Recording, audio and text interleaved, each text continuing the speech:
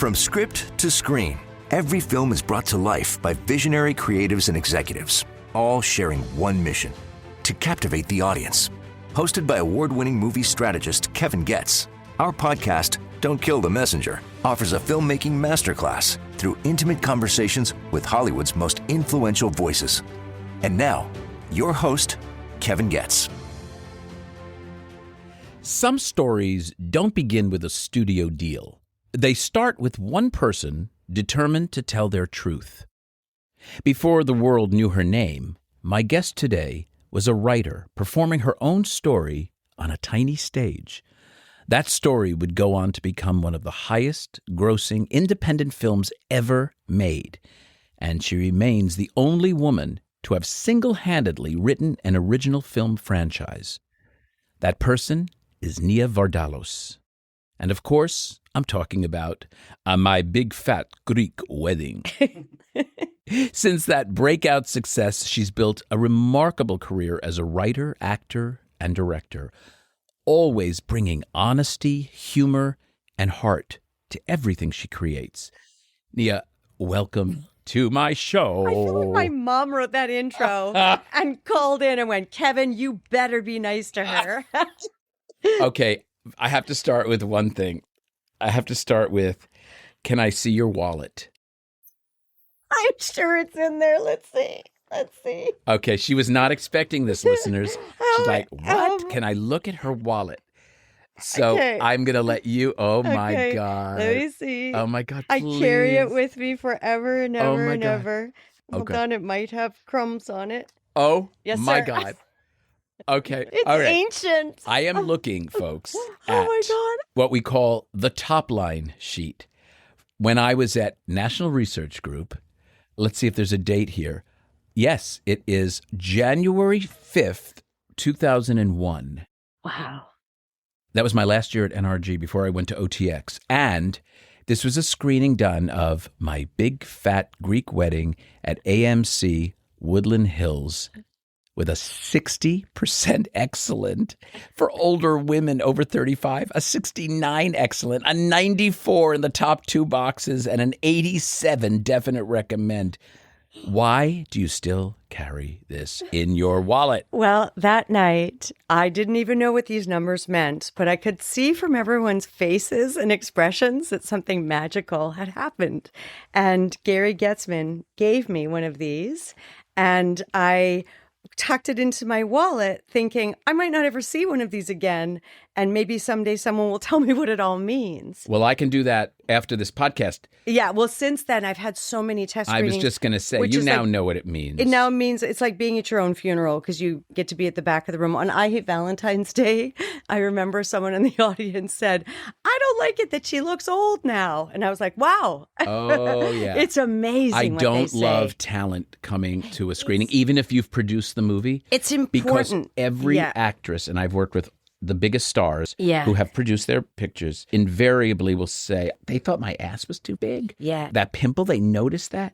So there is the actor, and that's my background. So it is like, I get it. It's like, girl, I get it. They're so mean to women, or they'll say, It's I not don't just like to it. women.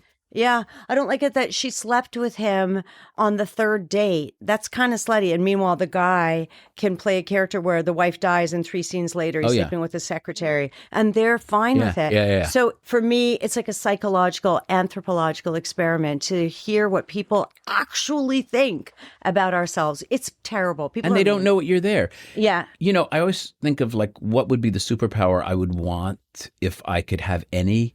And for me, it would be the ability to be invisible and observe people. But I have to rethink that, because if I actually heard what people say, like there's times when you're just like plain tired, right?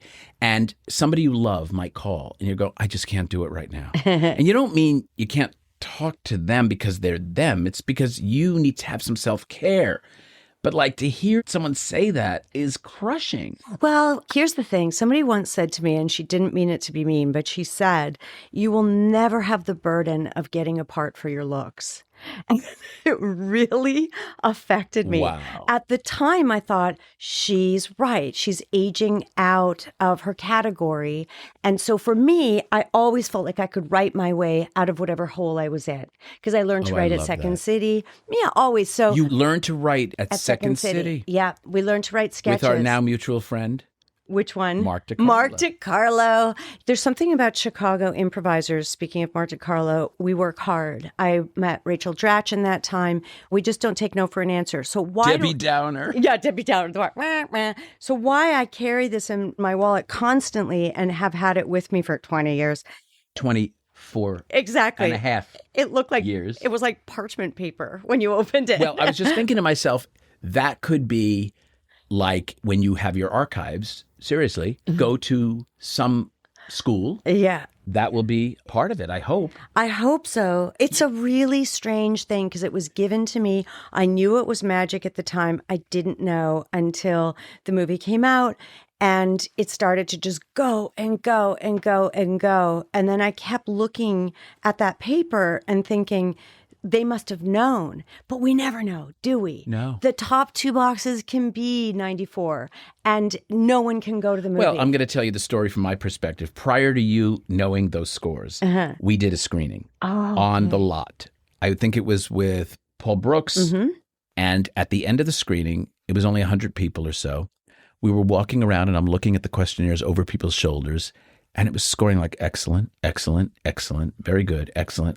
I said, Paul, these are great scores. I said, too bad there's no movie star in it. Meaning, this is not going to have a shot in hell. Yeah. You were involved in something that has become known as a joke in my company because nobody is allowed to ever mention My Big Fat Greek Wedding. There's about 5 or 6 movies that nobody can mention. And the reason they can't mention them is because they were outliers. They had no business to do what they did. But for the fact that it was so damn good, it was like an explosion of authenticity on the screen. Yeah. You also received that beautiful film and gave it to us at a time, I would imagine, in your life where you were a fully formed adult. You were not a kid. So you have remained so available and so beautiful and kind as a human. Thank you. And you could have gone another way with the tremendous success of that. Yeah, I sure developed a love of Prada purses. Let's be honest. It was pretty great. Everything that happened was great. Everything that came my way. But there's no way I could let it change me. One, I'm a Canadian middle child. So I'm a people pleaser, number one. Ooh. And also, in order to write life, I have to live life. Where in Canada? Winnipeg. Right from the middle. Winnipeg? I know. So you know cold. I really do. Okay, so you were born in Winnipeg? I was born in Winnipeg. I went to Toronto to theater school. And then... Where? It was called Ryerson. Now it's called Toronto Metropolitan University. Okay. And when I was there, I was being trained to be a Shakespearean actress and possibly to do musicals as well. And one night I went with a group of friends to Second City and I saw it and thought, that's what I want to do. You mean you took like a side trip to Chicago? No, Toronto Second City. Yeah. You mean that's where it originated? No, sorry. We always say it's the original. Wasn't For it me, in it was Chicago, it was though? Chicago, and Toronto was Gilda Radner Yeah, they're all and the Joe best. Flaherty. They're all Canadians. Yeah. Isn't that amazing? So I went to the old fire hall. The improv set was free. You know, when you're a student, you look for free stuff. And what the improv set is, they've done the 2 acts, and then they take a break, and somebody comes out and they say, give me a room-size location and a household object. Right? And they'll say... You throw out a word or Yeah, something. exactly. They'll just say A like... style of theater. Exactly. Or you say Yeah. Shakespeare or Noel Coward. That's or, exactly right. And you have to incorporate that Yes. on your feet. We were so verbally facile. So I saw it and I thought, that's what I want to do. And someone said, if you work there, you can take the classes for free. So I took a job in the box office and I was the worst box office person ever because I would just take the phone off the hook because they were sold out for 3 months. And I would go and watch the show. I loved this show, the first 2 acts. And then I'd go and watch the improv set. And so on March 29th, I'll never forget this day because I was in the box office and the stage manager came running in and was going through the Rolodex looking for, it was the 90s, looking for... Placed right next to the fax machine. Exactly. the cat sound. And exactly. And so Tamar is her name. I was working in the box office. I knew everybody, knew the whole staff. And she said this actress was rushed to the hospital with an inner ear imbalance and she needed to call the understudy. And I think I'm a witch because I was watching the phone, willing no one to answer. Don't answer the phone. Don't answer the phone. No one answered the phone.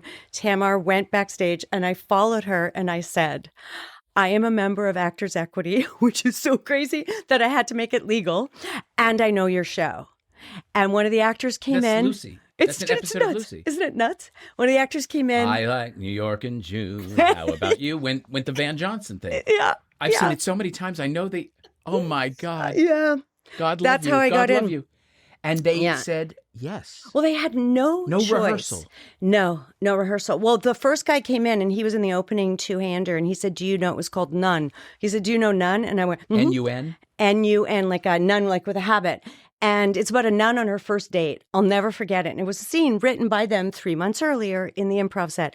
And I said, yes, Mark, I do. And he was like, what's your name? And I was like, Nia.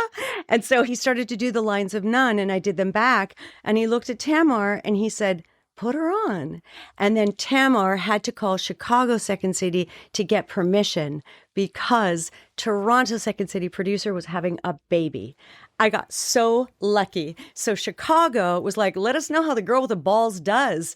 And I did the show. And then the cast was amazing. Afterwards, they were buying me drinks. And I was like, I know. Yeah, that was fun. No, we want you to join. Yeah, the next day, I reported for my box office shift and the producers were there and they hired me. For the cast. I'm going to get verklempt. I love it. It was no accident. It was no luck. It was divine intervention of some sort. It's do the work. Do the work. Be prepared. Yeah. And when that opportunity comes, be fucking ready. You be ready. And grab it. Grab it. Yeah. I went home and sat on my couch and cried. Like I was like, what just happened? How did you get your equity card? Musical theater. Doing what? Doing Kismet and doing Anything Goes. I played Reno Sweeney. Oh, Muskoka Festival. Got it. You do 6 shows in rep. Canadian Actors Equity? Uh-huh. Because I was in American Actors Equity. Yeah. And that was such a special time. To get an equity card, There's something about really feeling like an actor. You really feel like SAG was cool, but Actors Equity, man. Yeah. Right? You're like, I'm a thespian. I need some leg warmers. Now tell me about growing up. Siblings? Yeah. As I said, I have an older sister, me, my younger sister, Marianne, my brother, Nick. So Greek on both sides? Yeah. So everything we saw in... The documentary? I don't know about the documentary. My Big Fat Greek Wedding, I always say, is a documentary. Oh, about my documentary. Sorry. I'm not that swift sometimes. So yeah, in your documentary, that just felt like falling off a stoop, I guess. Yeah. I wrote the screenplay. I gave it to my managers because I had auditioned for a couple of shows and gotten very close, but not gotten them. And so I thought, okay, maybe I need to write my own thing like I'd done at Second City. So I took every story I'd been telling at parties for years, like my aunt who had a lump on the back of her neck that she claimed was her twin. That's true. All these little stories that were true. Had you ever written anything? Just the sketches at Second City. That's what I mean. So you wrote 10-minute sketches or something. That's right. But every sketch has a beginning, middle, and end. And quite often you lay out, you drop little seeds within the sketch so that the ending makes sense. And that's the same. Because you need the payoff. That's right. Of the setup. It's so funny in movies. How often do I say to filmmakers, you don't have an ending problem, you have an act one problem. Yes. Do you know why? You didn't set it up correctly, and so therefore, I'm sure you're familiar with this, right? This is a very prevalent problem. Yes. So they put a Band-Aid on the end, but it's not earned. It's not earned, and that's why there's no emotional payoff. And when they check the top 2 boxes, I now know it's because they feel invested and they feel heard and they feel that you told them a story. I'm going to disabuse you of a little thing. I don't say they invest in the top 2 boxes. What you're really investing in is the excellent. The excellent is of a certain level, and your excellent was so disproportionately high. If I can see that again, I want to explain, because I think the listeners will be interested to hear this. So this was what was so great about Nia's movie. So if you look at this top line sheet, you're seeing that you are 92% in the top 2 boxes, 60 excellent, and 32 very good. Because of that, the definite recommend was a 78, because it's almost always all of your excellence and half of your very goods that give you your all-important money number, which is your definite recommend. Definite recommend is mainly the correlation between a number and the legs of a movie.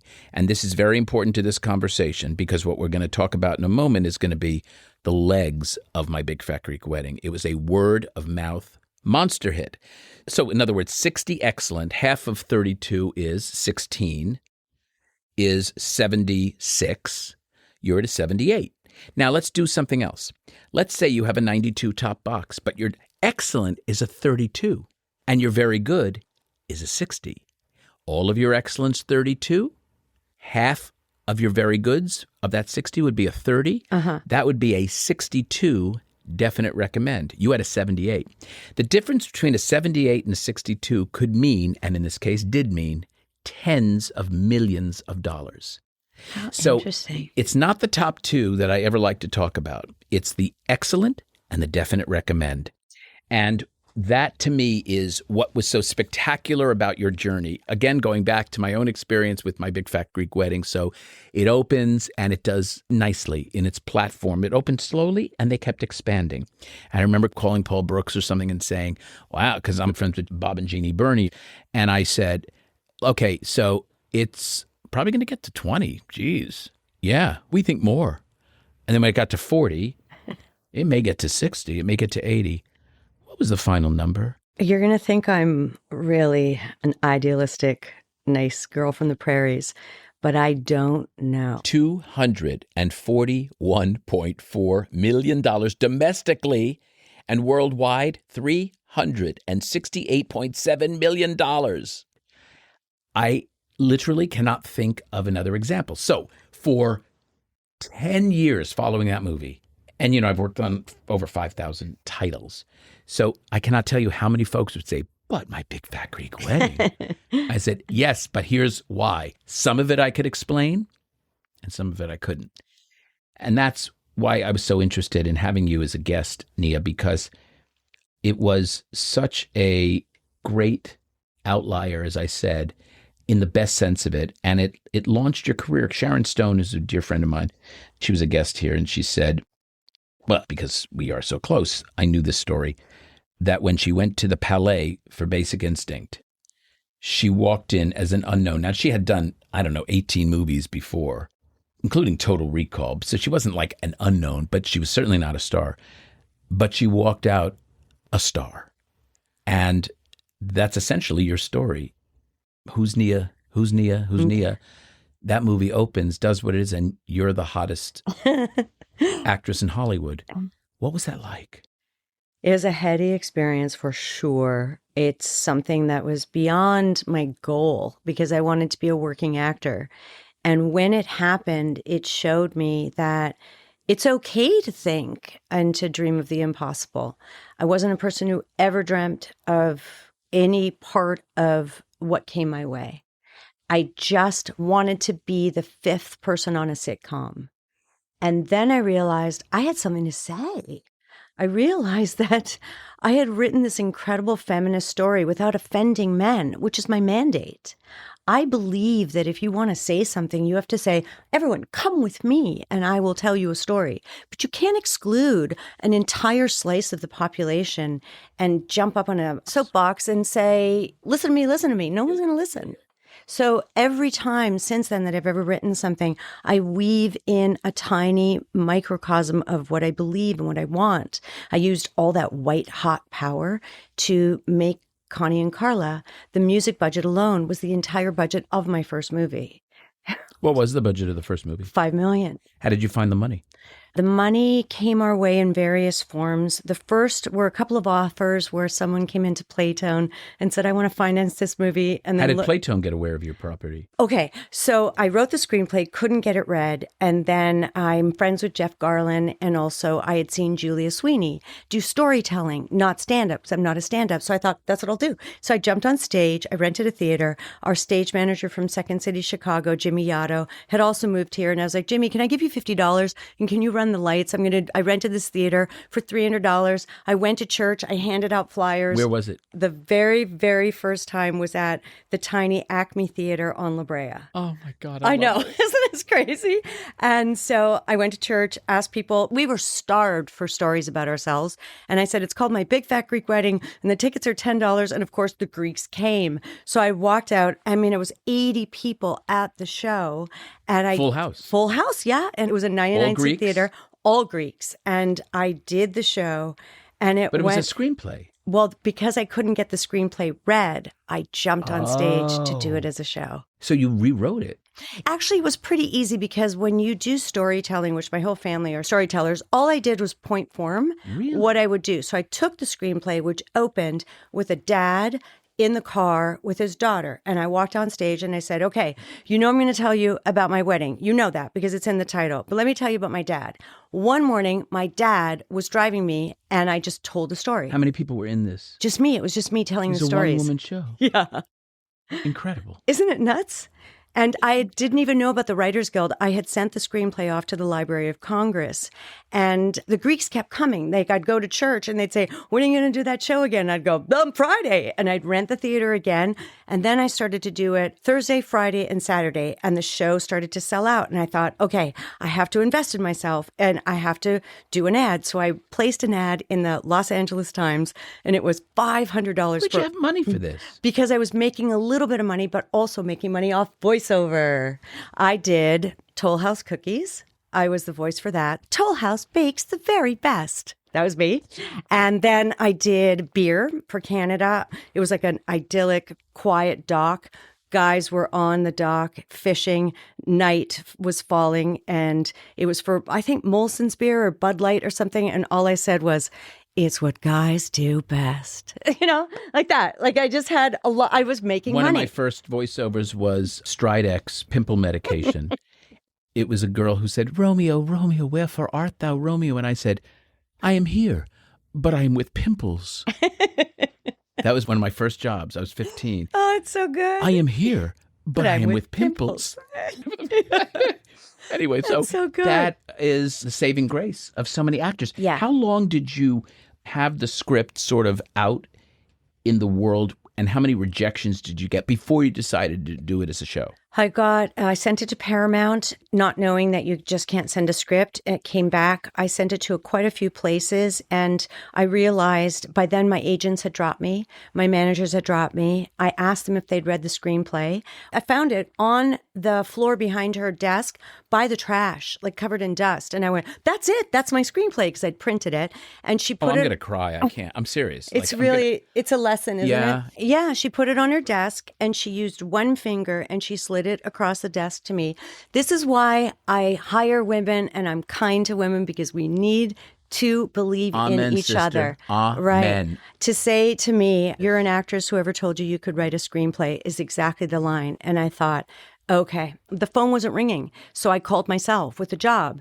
And that's when I went to the theater, rented the theater, asked Jimmy Otto to be the stage manager, went to the for to the church for $50. And do lights. And do lights, yeah. I never made money on the show, but I broke even. And you kept investing in myself. You have to. You have to believe in yourself, and you have to say what my mom always said to me, which is, why not you? But when she said, why not you, it also was, why not you, as in go volunteer. Why not of service. Do something. Why not you? If you saw somebody hurt or fall, go help them. Is she still Why with not us? You? Yeah, my mom's What's the her bestest. name? Doreen. Doreen, God bless you. And I completely share that with you. I didn't at first have a mother who was as supportive. They weren't unsupportive, but they didn't understand me and my kind of superpower, and they didn't know what I was capable of. So when I started then making money doing it, and people really were applauding me for it, then they became the staunchest supporters. But man, that thing instilled in you. And then to have that, I'm going back to earlier in our interview, that person say to you about your look, What was the... So now we're in the time period of I've written the screenplay. I gave it to the agency. She didn't read it. It wasn't a time where agents could get something made or what. And she just didn't know what to do with me. And she said, I've been sending your headshot out. No one wants to see you. I can't get you a job. You're not fat enough to be a character actress, and you're not pretty enough to be a leading lady. And your last name, Vardalos, what are you? And I said, I'm Greek. And she said, okay, we're going to change your name and tell people you're Hispanic. And I said, well, that's incredibly disingenuous and inauthentic. And also for the 9... Offensive. For the 9 Hispanic parts out there, can they please go to Hispanic people? It would be wrong for me to walk into a room and pretend to be Hispanic when Hispanic people are struggling to find work too. So I just said, that's not going to work. And she said, then I can't represent you. And I went to get my headshots. Remember how expensive they were? And there were 96 headshots there. And you gave her 100. Yeah. So she hadn't been sending them out. And that's when I thought, they don't think we know this. Yeah. So that's why I decided to just create my own work. Even if I'd stayed and did the show and nothing had happened, I was happy. I was really creatively happy. You were getting that itch scratched. Yes. And when I first wrote the screenplay and it didn't get read, and then I got dropped by my agency and my management company, I had sent it off to the Library of Congress because I didn't know that you can just send it to the Writers Guild to have it copyrighted. Yeah, you get the number and they record it. Yeah, I didn't know. So that's how I copyrighted it. And when I placed the ad in the paper, $500, Rita Wilson and Tom Hanks had just come back from seeing a lot of theater in Los Angeles. And Rita told me that they were talking about seeing more theater in LA. And she opened the paper that day and there was my ad. And she said, let's go see this. God bless them. You mean that you hadn't known Rita before this? No.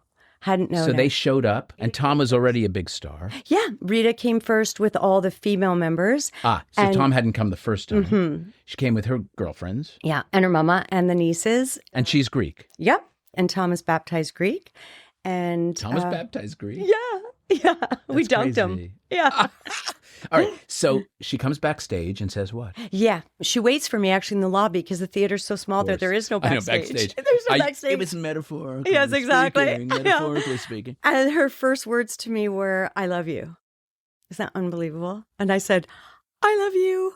There are so few Greek actors. I've followed your whole career. I'm so happy to meet you. This is our joke. We've told the story a million times, but here it is.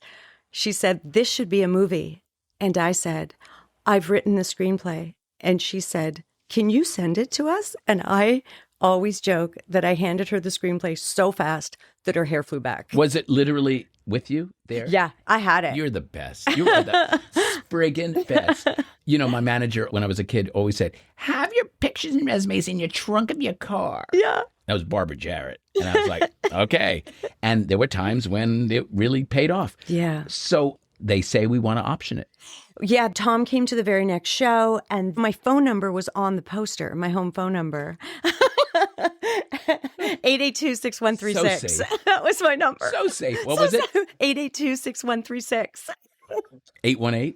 No, 213. 213. Yeah. Okay, so they call you. Yeah, Tom calls. First, my friend, Brian, called me and said, please hold for Tom Hanks. And I went, oh my God. And he goes, it's Brian. You want to go for lunch? That's how funny my friends are.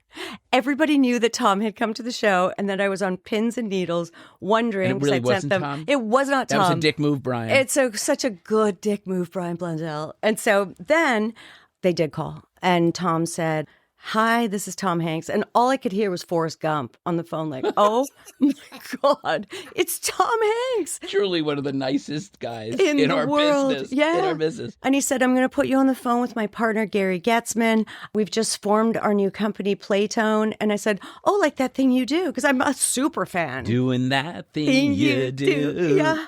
Oh, I worked my God. on that movie. Oh, of course. That movie must have tested great. It's got so much heart. It did. But Tom directed it. It was a love of his. Yeah. All right, so. Okay, so he calls and says, we're going to do it independently. All the crazy things that happened. Here's what I didn't know, what they didn't tell me because they're solid gold. Gary and Tom and Rita did not tell me that they shopped it to studios who said, love the script, lose the girl. And they didn't tell me that. So I waited for 18 months, not knowing what was happening. And then Paul Brooks went to Playtone and said, How did Paul Brooks know about this? They were shopping it, looking for independent financing. And they went to his company. Which was Norm Waite Gateway Computers. And Norm Waite, I think, had spent some summers in Greece, as had Paul Brooks. And HBO said, you can have $2.5 million. And then we were looking for the other 2.5. And Gary and Tom had asked HBO for a theatrical release, which they never did. And then we looked for the other 2.5. Gateway Computers comes in, and the rest is history. And then here I am playing the bride. And they would not abandon you. Yeah. When we come back, we are going to continue to talk to Nia about life after my big fat Greek wedding. We'll be back in a moment.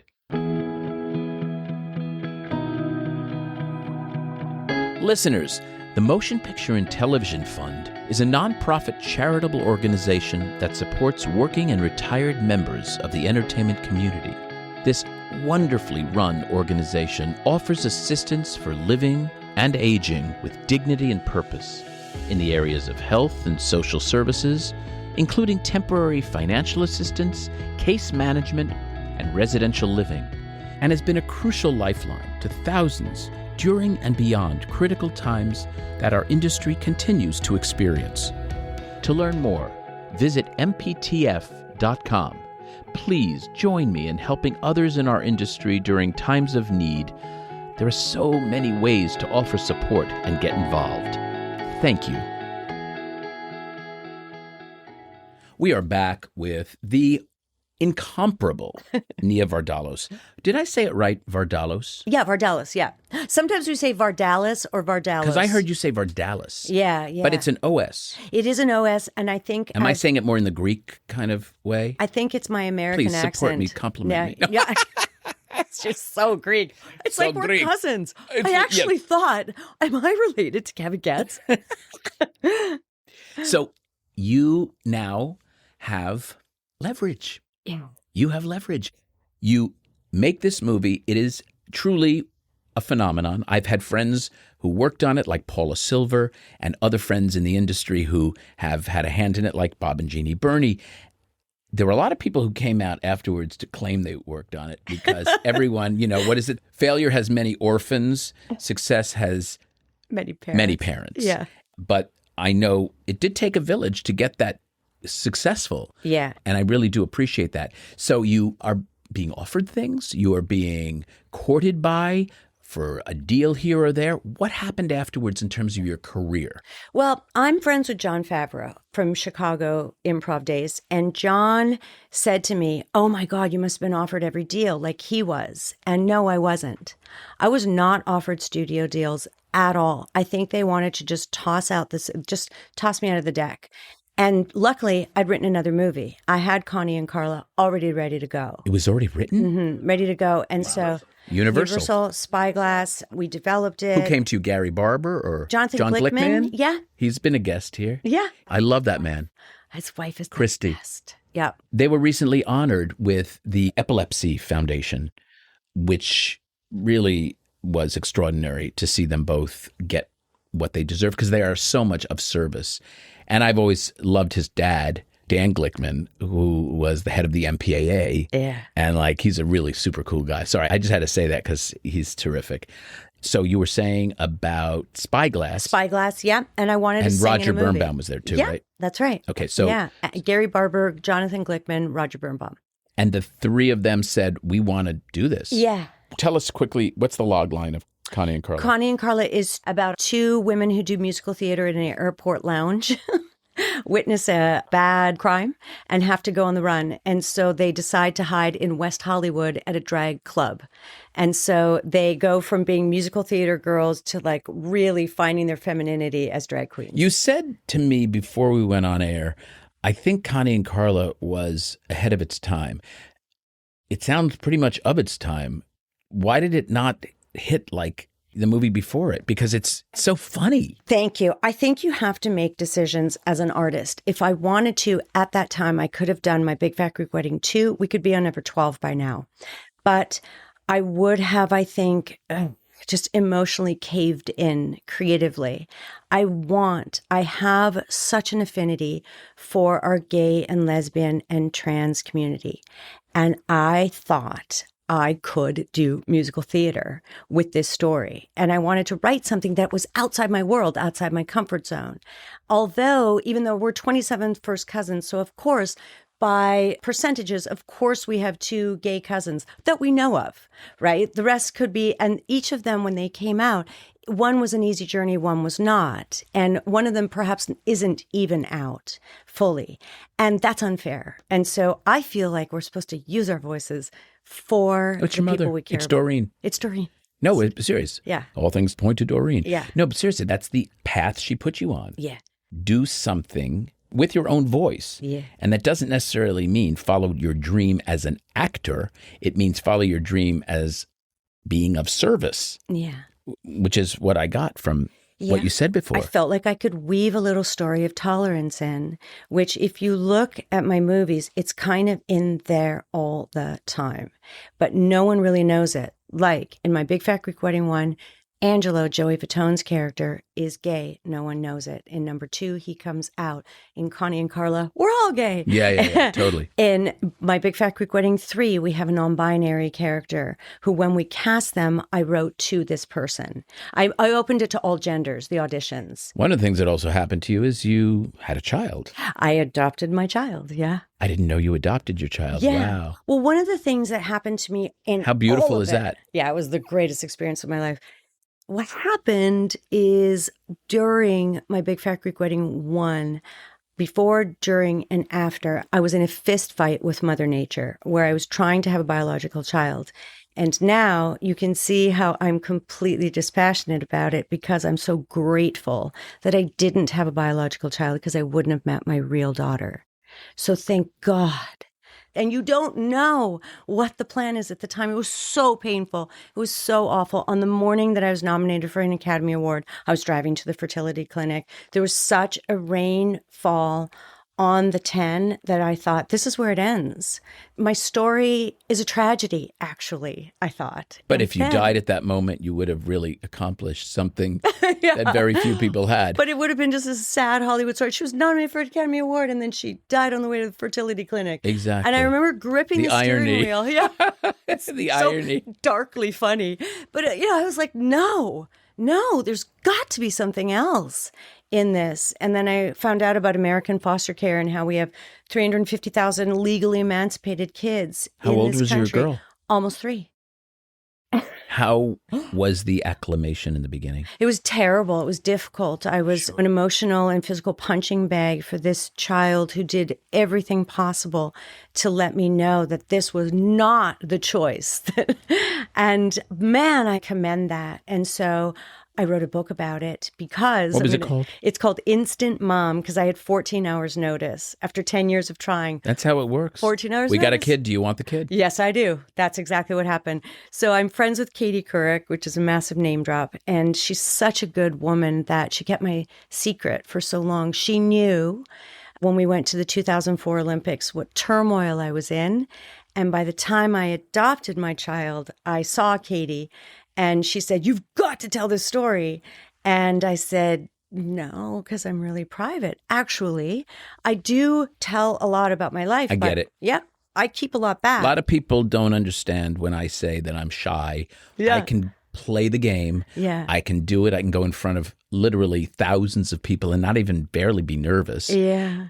But at the end of the day, if I'm, say, in a bookstore and I'm invested in a book reading, let's say, and all of a sudden Neil goes, Kev, I like flip out. There's something so invasive about that. So Do you know? exposing. Exactly. Yeah. Isn't that strange? Yes. Can you yes. relate to what I just Yes, we're introverted extroverts, all of us. Wow.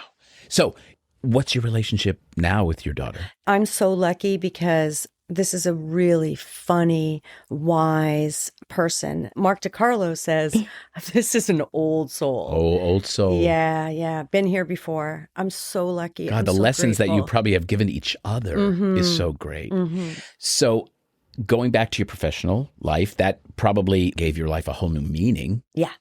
So in 2004, 2006, 2008, I kind of disappeared. And it's because I was one, grieving. Two, when you go through fertility treatments, your body's not your own. Oh, you mean you really went through a long time before you adopted? Mm-hmm. Oh, interesting. And now you dropped a little bomb. You said Academy Award. Now, you can't just throw that out and not expect someone to say, where were you at 5:20 in the morning? Yeah. On that day? Yeah. I was in fertility treatment, so I was so tired that I slept in.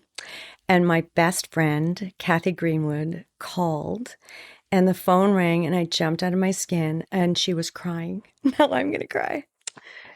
Oh, I'm so lucky. She's been my bestie my whole life. You know, just... How long you know her? Well, I always say my whole life, but my whole professional life. Yeah. I'm crying like I'm on Oprah's couch. I tend to do that with when folks. I met her. Right? Suzanne DePass was crying Yeah. yesterday. It's because it's a gentle space in here. When I met Kathy Greenwood, we were in Second City together in Toronto, and we started writing material together. We are physically polar opposites, but emotionally and psychically joined. Why are you not married? I know. I mean, come know. on. She is just so wonderful. We're so boringly straight, both of us. Yeah, I get it. No, it's just like the perfect polar opposites, but the core values are identical. Yes. So she calls you, she says, oh my God. Yeah, she's crying. And I say, what happened? What happened? And she says, you didn't know that the announcements I knew, but would be... you know when the phone rings at 5 o'clock in the morning and it's dark and you've been in this haze of all of it. But of all the people that could have called you, my it bestie. was Kathy. Yeah. And it was a perfect, actually, call waiting. So it was Kathy first. She's crying. I say, what happened? Because I thought something bad happened. And she said, what happened? You got nominated for an Academy Award, you asshole. What were you nominated for? Best Original Screenplay. Damn. I know, it's such a smart girl category. I love it so much. It's the greatest. And it's a moniker that never leaves you. Yeah, I make everyone say it. I love it. I love it. Get the chicken out of the oven, Academy Award nominee. That must have been an exceptional night for you. Yeah, it was pretty great. And so the call waiting was Kathy, my parents, and then Tom and Rita. I'm going to cry. Yeah. All right. So moving on to projects. You're now back in the industry in the late aughts. Yeah. And it's now becoming in 2010s, 11, 12. And what happens to Nia's professional life? What's your evolution? What do you see yourself wanting to do? Where's your part, your passion? Yeah, at the time, I came knocking at the door and asked, can I come back into the industry after I became a mom? And I wanted to go back on camera. And it didn't really work. You know, people forget. And so I thought, I'll do a Greek movie, which will be good for my soul and also will reconnect with the audience. So I did a movie called My Life in Ruins that Mike Reese wrote. He's a Simpsons writer. And I really had a great time. Such a fun movie. So fun. And Rachel Dratch is in it. Wait, who directed it? Donald Petrie? Mm-hmm. Yeah. He just had dinner at my house a few weeks ago. What a tiny world. I go back with him for years and years. I just saw him at the DGA Him and feature Peggy. directors. Yeah. They're amazing people. Very. His dad was a legend. Yeah. Dan Petrie Sr. Yeah. Directed one of my most proud accomplishments as a producer. I produced a movie called Wild Iris. It was Dan's last movie with Laura Linney and Jenna Rollins and Emile Hirsch. I used to run a theater, and it was a play that I was developing and ended up doing it as a movie. And I became so close with the Petrie family. He became a grandpa to me, basically. And Donald became like a brother, and Dan Jr. and June and Mary and Dorothea, my favorite family in the business. And he did a great job on that. I agree. I completely Do you guys agree. stay in touch? We only saw each other just recently, but no, not really. I mean, once I became You'll come a over mom, for dinner, and I'll have another dinner Thank party. you. That's so nice. Yeah, I saw him. We were so happy to see each other. He just worked with one of my friends, Karen McCullough, which is great. I think they went to Thailand. So You should hear Donald's interview on this program. And I was in London when I actually did that episode. And Donald is unbelievable. When you hear the people he's worked with. Yeah. It's Jack Lemmon. Jack Yeah. Lemmon, Walter Yeah. Matthau, exactly. Yeah. But it goes on and on. Julia Roberts, Mystic Pizza. Yeah. You know, I mean, the production designers, the editors, the cinematographers. Yeah. He had such a great career. Yeah. And he's one of the most decent humans, as you are. So that's why movies like that are fun. See that movie, everyone, by the way. So then you go back to your Greek roots. Well, I want to ask you, what's the theater that you ran? I ran something called Central Coast Repertory Theater. in San Luis Obispo. And it was the only really professional theater, because I got a small professional theater contract from Equity, to operate between LA and San Francisco. So we would cast and work from LA and then go up for a long weekend for a Thursday, Friday, Saturday, Sunday performance, 5 performances a week. So like you, that kind of schedule was new to a non-theater going audience. But funnily, there was an audience who were kind of transplants from LA and San Francisco who were used to theater, mixed with farmers and people who had never been to the theater. So I was very judicious about the kind of material I made. I wanted to do original work or American premieres, like I did the American premiere of an Australian play called Double Act. I did the West Coast premiere of My Children, My Africa, Athol Fugard. I did The Glass Menagerie, where I put myself in the role of Tom. And we had Kay St. Germain as Amanda. And Laura was a wonderful actress on a TV series, and The Gentleman Caller was terrific, and directed by Dennis Erdman. And Yardley Smith, I remember, was married to My Gentleman Caller. Then one great performance that stood out was when I was turning 30, and I did a benefit, and it was called A Night at the Tonys. Oh, wow. And it was all Tony Award winners or nominees, I'm not sure. And it was hosted by Oba Babatunde. Oh. And we wrote original music, and we couldn't sell tickets at first. People didn't think it was real, that we had all of these amazing talents coming to San Luis Obispo, to our theater, Central Coast Repertory. And it was a great, great performance. We ended up selling out, making money. My partner, Annette Gillespie-Carlin, and I stayed as artistic director and producers for about 4 or 5 years. We did some wonderful work. And then, I'll tell you what happened. Unless there's a group of people who are going to steer you into fundraising, it's a drag to beg for money, for funds to maintain a theater. Yeah. So I kind of came to Hollywood to produce movies and use my connections there. Remember, I was a focus group moderator, as you're well aware, but I became a hyphenate as a producer. And within 3 years, I produced 5 television movies, and that got me into the producing of film. So I was a hyphenate as a focus group moderator and a producer. Yeah. Yeah. I remember Gary Getzman telling me that you were a working person in the industry. But I used to watch you because you've done 2 of my movies, Connie and Carla for sure.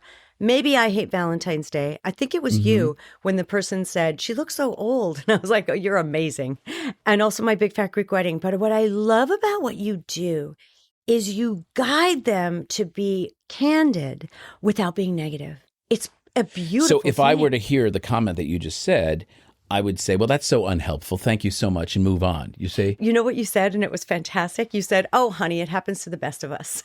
And There it you was go. so... That sounds like something I would have... You lightened it and made her okay with it, but it was like, wow. Yeah, I don't know how... She clarified it because she felt so bad. She went, no, I mean, because her hair is blonde now. Like she tried to... I had a person at a focus group once say that this feels like it was written by a 12-year-old.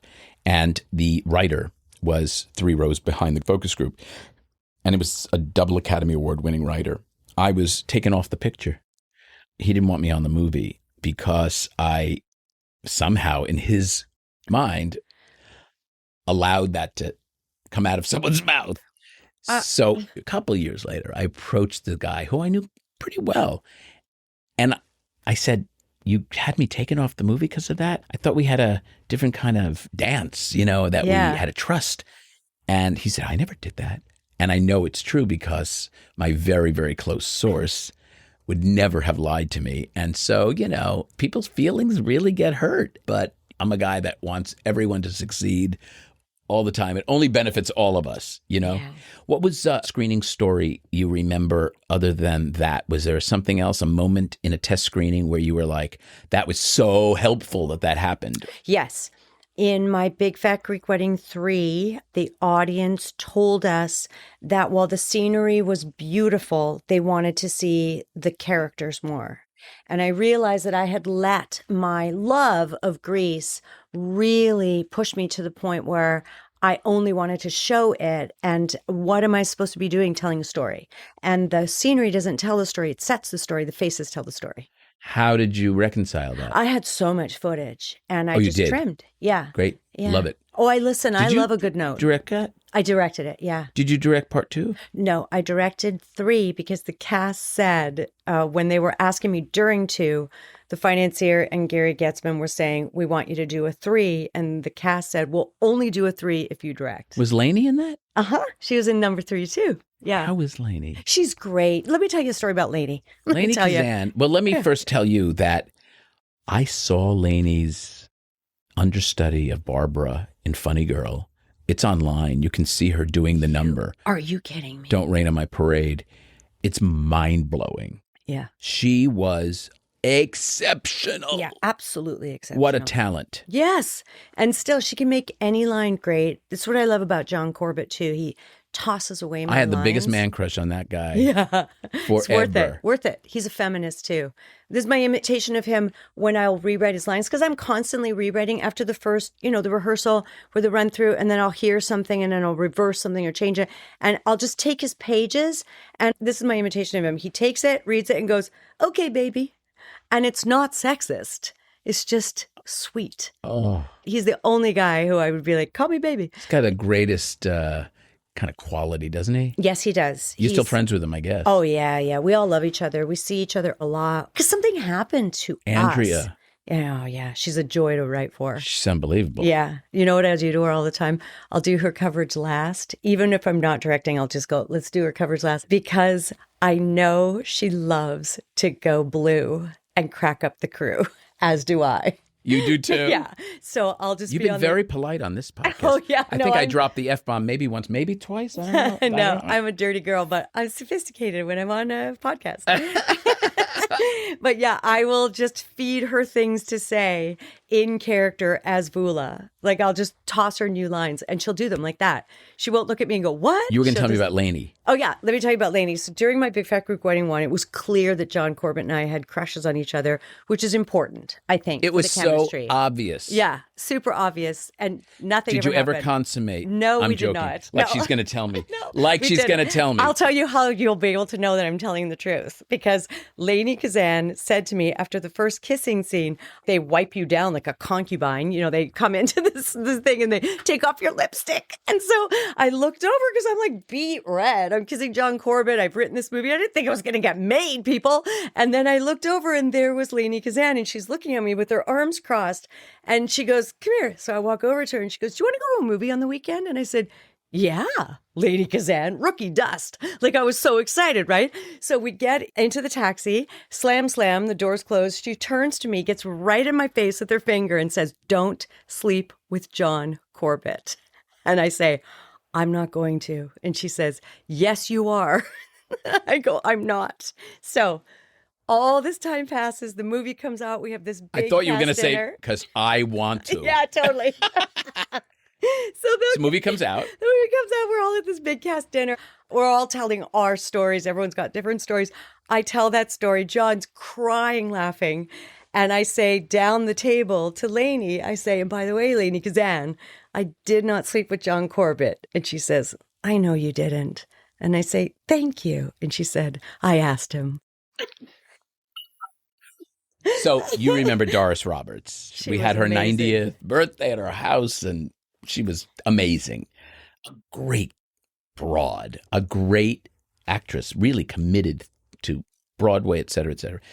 And I remember her saying, I have a book I want to write called And I Slept with No One, or something like that. Like, because she wanted to, Oh, wow. but she never slept with any of them. I love it. Tell me about what you're up to now. What are you excited about? What is getting you up in the morning and going, whoa? Okay, well, because my Big Fat Greek Wedding 3 came out after a pandemic and during the 2 strikes, I thought that was the end. I really did. I was really, really sad. The end of what? My career. Everybody thinks that. I got to tell you, everyone I talk to who's in the limelight thinks that they're never going to work again. Yeah. People think it gets easier. It doesn't seem to. No, I really thought it. So You all have that. we all have it. We all think, well, that was my last job. So years ago, I wrote a play called Tiny Beautiful Things. It's an adaptation of Cheryl Strayed's second book. It's an epistolary exchange, letters written by real people. And Cheryl Strayed responded to them. Tommy Kail, who directed Hamilton, gave me the book. That untalented guy? That unnice, untalented, yeah. Oh, my God. Seriously. He was my friend from the time I did 24-hour plays on Broadway. He was my director, and we became friends. And when did you do that? I did it in the 2000s, a few times. And Tommy said, let's be friends, offered me a Broadway show, but I'd just become a mom. It was Magic Bird. It was a good show. It was about Magic Johnson and Larry Bird. Wow. Yeah, I did the reading for Tommy here for Magic Johnson, actually. That was cool. That was cool. Wow. I know. It was really cool. That's cool. Actually, in the play, there is a line where he reveals his HIV positive diagnosis, and his character says to Larry Bird, I'm going to make it, you know. And I had Magic Johnson at my right elbow, and I wanted to turn to him and say, and you did. And you did. How cool, huh? With the help of Cookie. Oh, my God, she's a genius, that woman. I love her. So anyway, when My Big Fat Greek Wedding 3 came out during the strikes, and I couldn't talk about it, couldn't promote it, I had so many stories to tell of how we did it during COVID. Sure. And nope, couldn't do it. So I thought, I'm going to go back to the theater. So my play, when we did it in New York, directed by Tommy Kail, it's the New York Times Critics' Pick. I've been published by Samuel French Concord. It has 250 licenses. It's gone all over the world. It's been licensed in Korea, Sri Lanka, Philippines, all because Tommy handed me a book. And I loved playing Cheryl Strayed. Is it a movie? It could be. So what I did is I learned it in Greek. And my boyfriend, Spiros Katsaganis, did the translation. We co-directed it. We did it in Athens' biggest theater. Do you speak Greek? I do. Did you learn it post-child? Or did you? I learned it during... Your parents are first generation? My mom is second and my dad was first. And they spoke Greek in the house? Mm-hmm. But my mom has a Canadian Greek accent like me. I couldn't even imagine what that means. Yeah. You say... Oot. Oot. Yeah. Out. Yeah, instead of out. House. Hoose. I'm going out in a boot. Out and I'll about. be back with the Yeah, out hoose and later. about. That's God, how you know how I much start. ADR we've had to do on my Canadian movies. Yeah. I did, I think, 5 movies in Canada. Vancouver, and you're like, uh-oh. Yeah, so I decided that's what I'm going to do. I'm going to go back on stage. And we did it at Athens' biggest theater, a 1,500-seat house. And it went incredibly well. And Are you like an icon in Greece? I always say it's like spotting I'm very, very Jackie serious. Chan in China. Well, If you Omar see me. Sharif in Egypt. Yes, exactly. Because we were in Yeah. Egypt a few years ago. With and, Omar? Oh, wow. No, but him and Rami Malek, the two of them. Oh, yeah. No, Omar's, I think, Omar, his son, his grandson. he's fabulous. He is. That guy's cool. Yeah, he is. He's a beauty, I too. like him. Yeah. And I want to just end with the following. We Greek, we dance. Is that from Zorba? Yeah, I think it is. Let me say something. It. I'll teach you something in Greek. Can you? Go ahead. Okay, you say, Tono mamouine. Tono mamouine. Bravo. Kevin Goetz. Kevin Goetz. Ke. Echo. Tria. Archidia. Archidia. So you just said, my name is Kevin Goetz, and I have 3 testicles. It's true. It is absolutely true. Nia Vardalos, you're a revelation. I am in love with you for many, many reasons. Thank you so much for sharing, opening up, and just being a delicious human. Thank you. You're like a baklava. I love it. I'm crispy on the outside, but soft in the middle. Right here. Thank you. To our listeners, I hope you enjoyed this conversation. I encourage you to follow Nia on her social media. Also, keep an eye out for her online writing workshops. For more insights into filmmaking, audience testing, and the business of Hollywood, I invite you to check out my books, Audienceology and How to Score in Hollywood, at Amazon or through my website at kevingetz360.com. You can also follow me on my social media. Next time on Don't Kill the Messenger, I'll welcome the trailblazing and exquisite producer, executive, and screenwriter, Suzanne DePass. Until then, I'm Kevin Goetz, and to you, our listeners, I appreciate you being part of the movie-making process. Your opinions matter.